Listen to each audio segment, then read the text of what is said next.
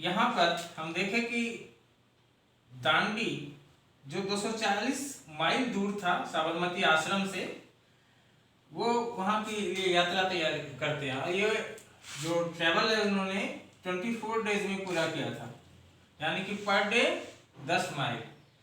और जहाँ भी वो रुकते थे, उनका 10 माइल के बाद जहाँ पड़ाव पड़ता था, जो भी विलेज होता था, वहाँ लोगों को बहुत सारे लोग इकट्ठा हो जाते थे, पूरा गांव के लोग, आसपास के सारे लोग इकट्ठा हो जाते थे।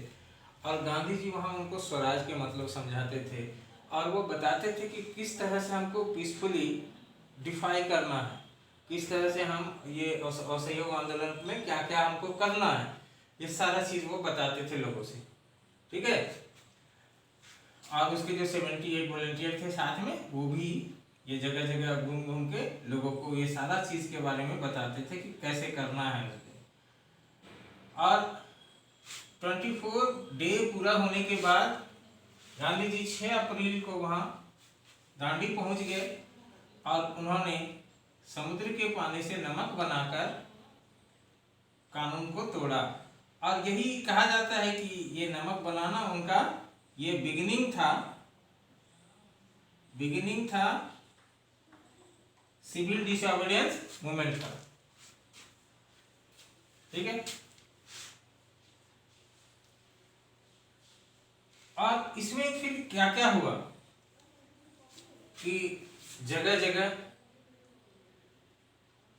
इसमें लोगों को क्या करना था वो समझ लीजिए कि नॉन कॉर्पोरेशन में जिस तरह से जो चीज़ था, जैसे कि टाइटल को सरेंडर करना और सरकारी काम को छोड़ देना, ये सब करना था। ये सब नॉन कॉर्पोरेशन मूवमेंट में जो सब करना था वो तो करना ही था।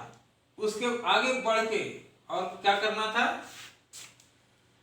वायलेट करना था जो कानून ब्रिटिश गवर्नमेंट ने बनाया उसको तोड़ना, टैक्स नहीं देना, और जो फॉरेस्ट लॉ बनाया गया है वो उसको भी खत्म करना।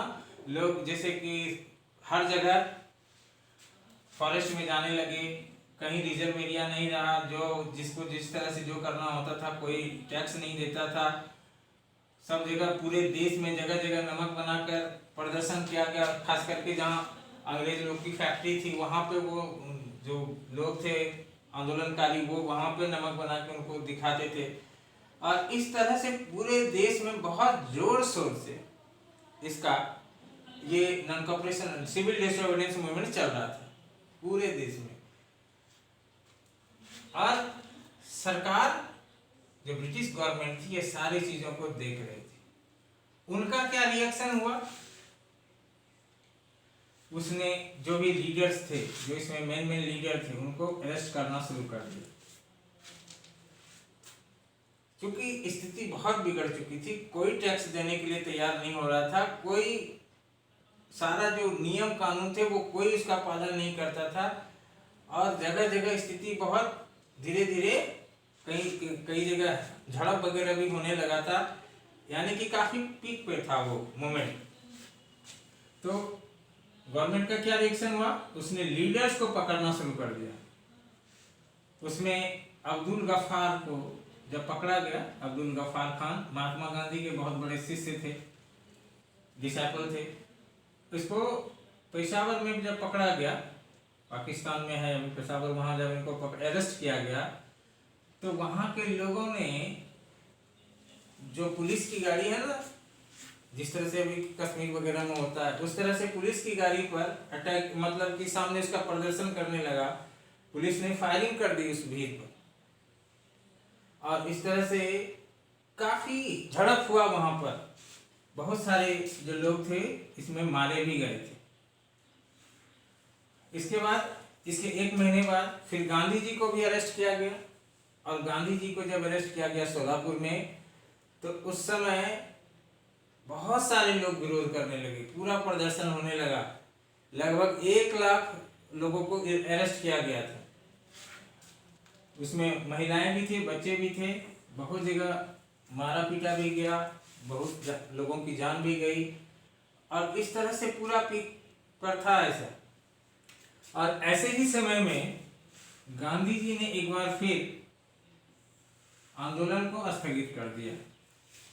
5 मार्च 1931 को, क्योंकि इरविन ने उनको एक लेटर दिया था, उसमें उन्होंने कहा था कि आपका जो मांग है वो हम सुनने के लिए तैयार हैं, आप यहाँ पे लंदन आइए, सेकेंड राउंड टेबल कॉन्फ्रेंस करेंगे।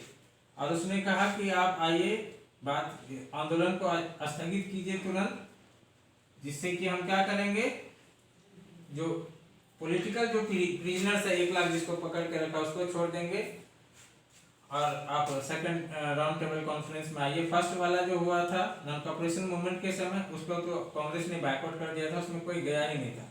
सेकंड में बुलाया, इस समय जवाहरलाल नेहरू, अब्दुल गफ्फार खान, ये लोग सब जेल में ही थे। तो गांधी जी तैयार हो गए और लंदन वो गए दिसंबर 1931 में निगोशिएशन करने, किसके साथ, लॉर्ड इरविन के साथ। वहां पे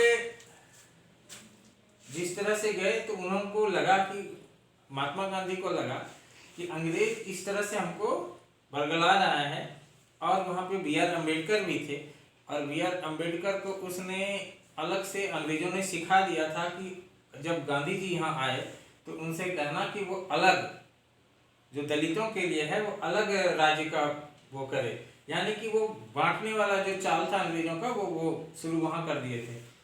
वह सेकेंड राउंड टेबल कॉन्फ्रेंस में ही गांधी जी और बी आर अम्बेडकर के बीच काफ़ी गर्मा गर्मी बहस हो गया, और गांधी जी चाहते, बी आर अम्बेडकर ने कि इस राउंड टेबल कॉन्फ्रेंस में ही प्रपोजल रखा था कि हमको जो है अलग राज्य, दलितों के लिए अलग राज्य और अलग नियम कानून का परमिशन मिले, और गांधी जी चाहते थे कि इस मैटर को अंतर्राष्ट्रीय मंच पर नहीं उठाया जाना चाहिए। तो दोनों में झड़प होने के बाद गांधी जी वहां से लौट गए, और उन्होंने फिर से रिलॉन्च किया सीडीएम यानी कि सिविल डिसोबीडियंस मूवमेंट को, लेकिन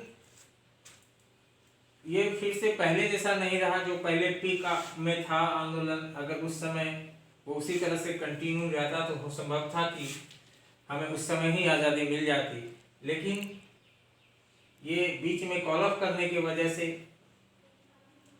और फिर रिलॉन्च करने से अपना जो ये मूवमेंट था, ये जो बहुत बड़ा मूवमेंट था जिसमें कि पूरा देश लगभग पार्टिसिपेट कर रहा था, वो स्थगित हो गया। और फिर से जब इसको रिलॉन्च किया गया तो पहले जैसा इसका मोमेंटम नहीं रहा, और 1934 आते आते ये अपने ही बंद हो गया। ठीक है, तो स्टूडेंट जो अगला टॉपिक है इसमें हम पढ़ेंगे कि इसमें जो लोग थे, पार्टिसिपेंट्स थे जो इसमें आंदोलन में भाग ले रहे थे, उनके मन में क्या चल रहा था। क्या आज़ादी की बात थी, क्या वो भारत को आज़ाद कराना चाहते थे, या नॉन कॉपरेशन के तरह ही उसके मन में अलग अलग मायने थे, और इस स्वराज का या सिविल डिसोबीडियंस मूवमेंट का। ठीक है, तो अगले वीडियो में मिलते हैं। Thank you.